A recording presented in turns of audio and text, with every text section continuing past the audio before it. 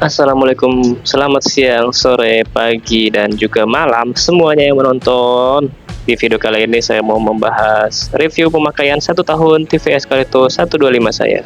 Ini adalah hari anniversary motor saya alias 1 tahunnya dia. Dan sebagai orang yang wajib pajak dan taat pajak, saya sedang membayar pajak. Nomor antrian saya cukup panjang di hari Sabtu ini.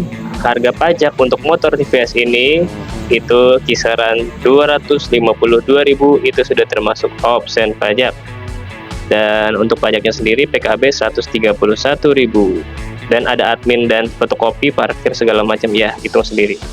Hahaha, lagi enak-enak riding, nggak taunya gerimis mengundang dan hujan pun datang. Akhirnya saya lanjutkan video ini di depan rumah saja ya. Dan sampailah saya di rumah tercinta ini dengan kondisi hujan yang cukup syahdu ya di tengah bulan puasa ini. Oke, kita lanjut ke topik. Topiknya adalah membahas 1 tahun pemakaian TVS Calito 125. Ada beberapa poin yang akan saya sampaikan. Mungkin ada kita bahas dari yang perubahan apa aja, kemudian ke apa sih nggak enaknya atau keluh kesahnya setelah pemakaian 1 tahun di motor ini. Di segi penampilan saya merubah emblem belakang ini, dicat warna hitam. Ini saya pakai Philips Titon. Nah, velgnya ini di amplas, dicat dan di clear, cat clear 2 lapis ya. Amplas dulu dicat hitam dan juga bawah stop lamp ini juga saya cat hitam ya, biar lebih manis saja menurut saya. Di emblem ini yang tadinya di tengah saya pindah ke bawah. Ini juga ada di depan, itu ada jeger warna silver ya, itu saya hilangkan biar lebih clean. Ada yang nanya itu untuk memindahkan emblem bagaimana, itu saya pakai tali nyopotnya, pakai tali atau benang bisa lebih aman sih. Benang pancing itu digesek-gesek, cuman yang jadi PR itu adalah menempelkannya kembali karena saya pakai lem itu ya, lem bakar. Ini kelihatan tuh ada lem bakarnya belepotan sampai di situ. Kemudian di bagian depan untuk lampu senja dan lampu sen di sebelah sini, ini saya pakai spotlight ala-ala smoke biar lebih clean, manis aja gitu. Terus di bagian depan juga saya taruh gantungan untuk kursi bayi. Kursinya ada di sebelah situ, belum saya pasang. Terus windshield saya copot karena anginnya tuh ke muka ya. Jadi kan bagian muka saya di sebelah sini nih, kepalanya itu kalau pakai windshield tuh anginnya malah ngarahnya ke muka. Itu kalau nggak pakai helm. Cuma kalau pakai helm sih aman sih dan nyaman juga. Cuman kan ini motor nggak selamanya buat saya pakai jauh ya. Jadi dipakai buat muter-muter deket-deket aja, dan biasa nggak pakai helm, dan itu cukup mengganggu. Akhirnya saya copot aja. Perjalanan jauh pakai windshield di badan enak, tapi terpaan angin itu bikin motor agak goyang ya, susah dikendalikan ketika anginnya kencang. Oke, oh iya, di bagian kaki-kaki sok belakang ini saya pakai punya Honda Stylo 160.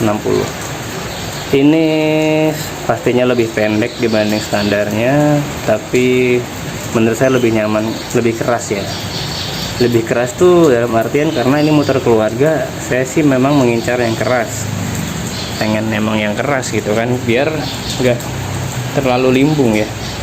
Maksudnya tuh biar nggak terlalu mantul-mantul banget gitu ketika boncengan full keluarga. Lebih stabil gitu. Perubahan yang lain, ada alarm yang saya pasang ya, kurang lebih itu ya. Selanjutnya ada penambahan karpet ini ya, karpet kaki ya, karena kan kita tahu tangkinya di bawah sini. Kalau misalkan nggak pakai karpet harusnya sih aman ya, cuman saya khawatir ya mungkin biar lebih aman saya pakaiin karpet, karena kan ini ada sela-sela, nggak tahu nanti bakal masuk apa enggak. Harusnya sih enggak ya, cuman biar aman ya udahlah saya pakai karpet aja. Untuk suara desain ini saya udah nggak pakai bunyi-bunyian lagi, udah saya copot. Di dalam sini ada soundnya, itu saya copot aja soketnya, terus nggak bunyi deh tuh desain sama standar samping. Sebelumnya kan kalau kita ngesen pasti bunyi ya, sama kita turunin standar samping itu udah pasti bunyi suara soundnya tuh tit, kayak anak ayam gitulah suaranya. Selanjutnya ada perubahan juga di sektor kirian atau CVT. CVT yang saya pakai ya tetap standar, cuman rubahnya tuh di rollernya aja.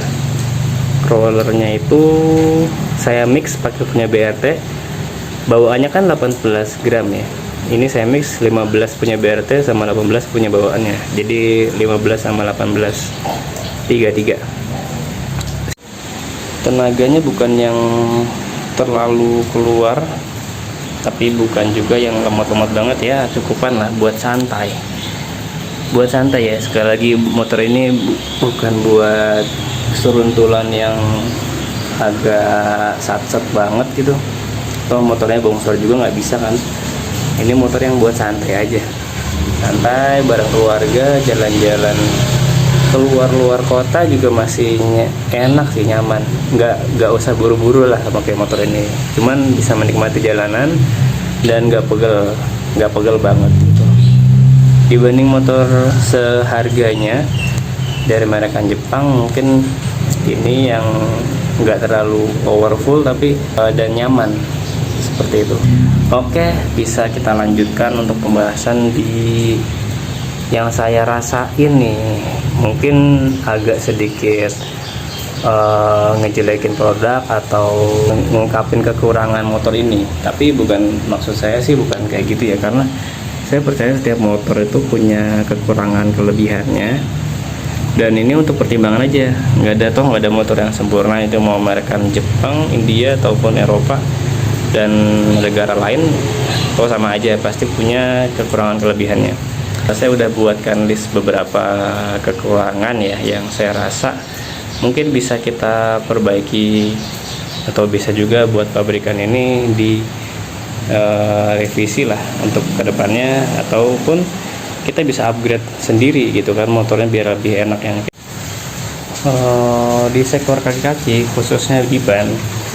Ini terlihat bannya ring 12 dan profil bannya tuh nggak besar ya. Mungkin kalau kalian tahu Scoopy itu profilnya cukup gede, kayak 130 atau 120 per 70 atau per 80. Kalau ini 90 per 90. Akhirnya yang saya rasa ban ini cukup licin ya. Kalau mau cornering nggak disarankan banget buat motor ini. Kenapa? Karena tinggi dan bannya kecil. Yang kedua, yang saya rasa kalau misalkan di jalanan bergelombang, kayak ngebanting ikutin alur jalannya gitu, jadi susah dikendaliin. Ini nggak tahu komstir atau bannya ya, cuman kayaknya sih dua-duanya pengaruh nih. Komstir saya juga kayak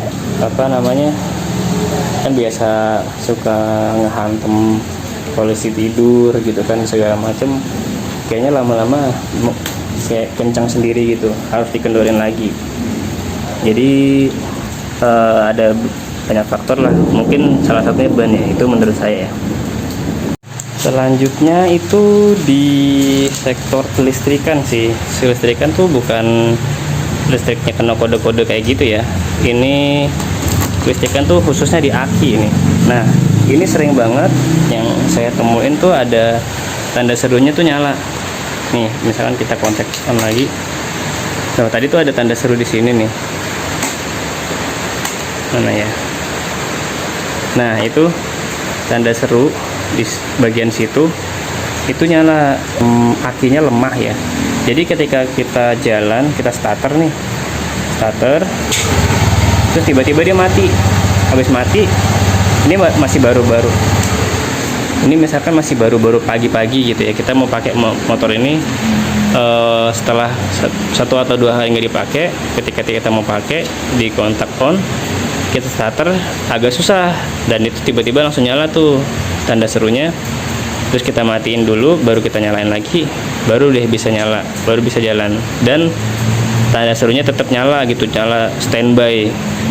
Nah setelah beberapa mungkin setengah jam kita pakai jalan motor ini, nah nanti kita matiin terus nyalain lagi, tanda serunya bisa hilang lagi sih. Kayaknya itu akinya lemah, dan karena nggak dipakai beberapa saat, terus kita ketika udah pakai ngecas lagi, dan itu tanda seru hilang lagi.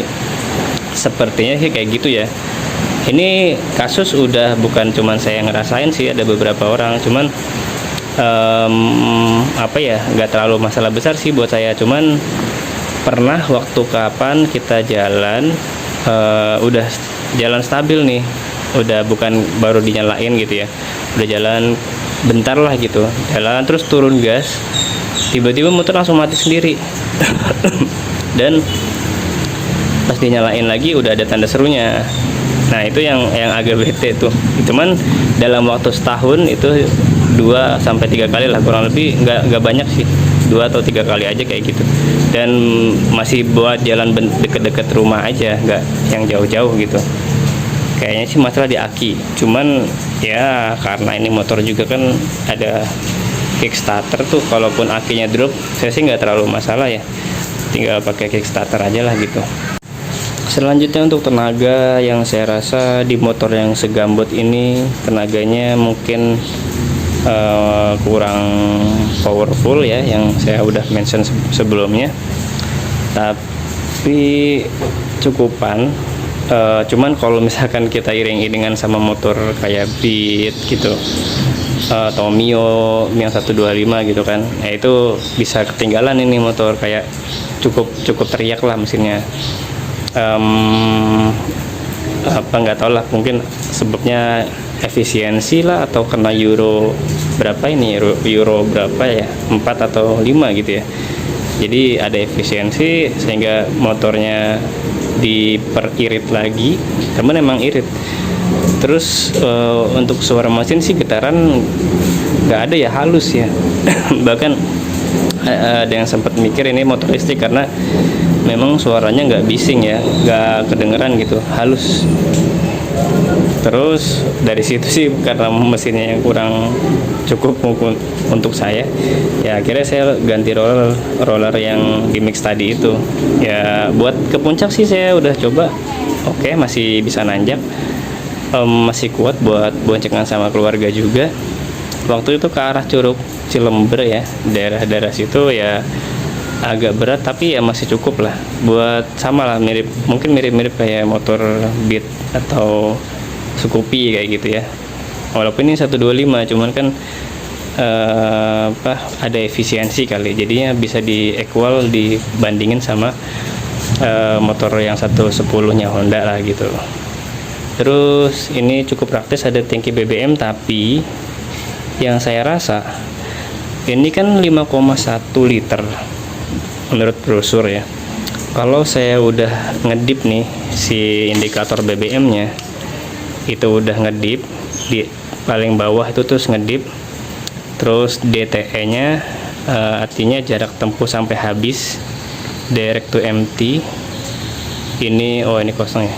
Ini misalkan menunjukkan 30 kilo lagi bakal habis, terus ini udah ngedip.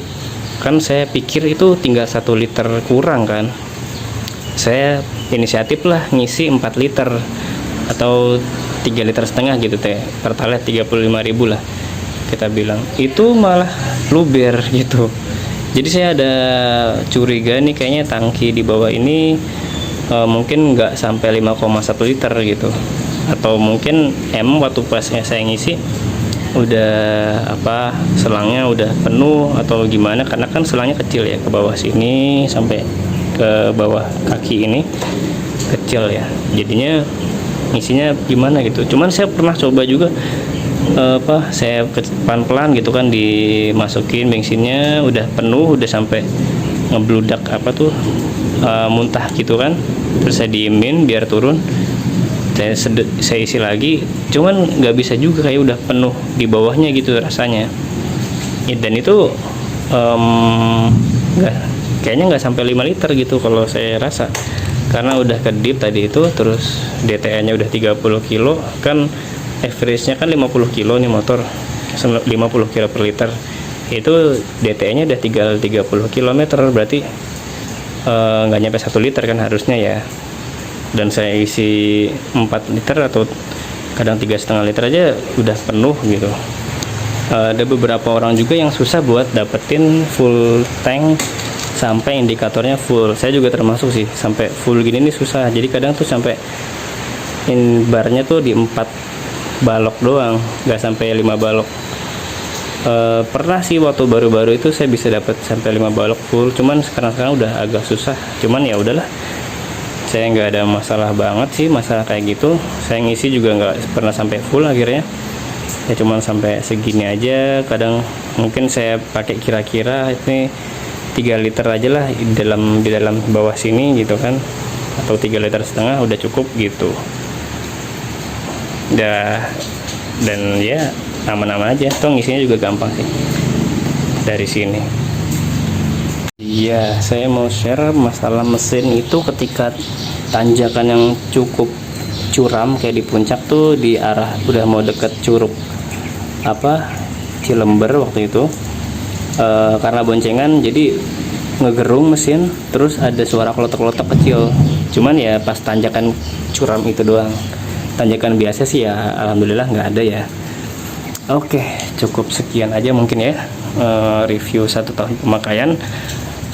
Mungkin nextnya saya mau coba ganti ban ukuran yang lebih gambot, termasuk ban belakang ini ada rekomendasi di grup itu pakai 120/70, yang depan bisa 110/70. Kemudian nanti sok depannya saya mau pendekin sedikit,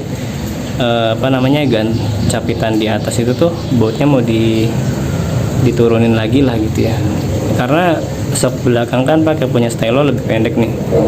Biar imbang saya mau pendekin juga yang sini, mungkin 1-2 cm aja, nggak usah banyak-banyak. Soalnya lampu depan itu lampu depannya itu cukup ganggu orang yang dilawan arah itu, karena tinggi banget, karena belakangnya turun. Jadi ini kayak nyorotnya lebih tinggi ke atas gitu, kasihan juga sih sama yang lain gitu ya. Oke, mungkin cukup sekian aja. Kalau ada yang mau komen atau tanya-tanya bisa share di kolom komentar, tulis di kolom komentar. Bagi yang berpuasa, semoga dilancarkan puasa ibadahnya, dan yang mau nanti mudik lebaran, semoga juga diselamatkan dalam perjalanannya dan juga bertemu dengan keluarga di kampung halamannya. Oke, saya pamit mundur diri. Wabillahi taufiq wal hidayah. Assalamualaikum warahmatullahi wabarakatuh. Bye bye.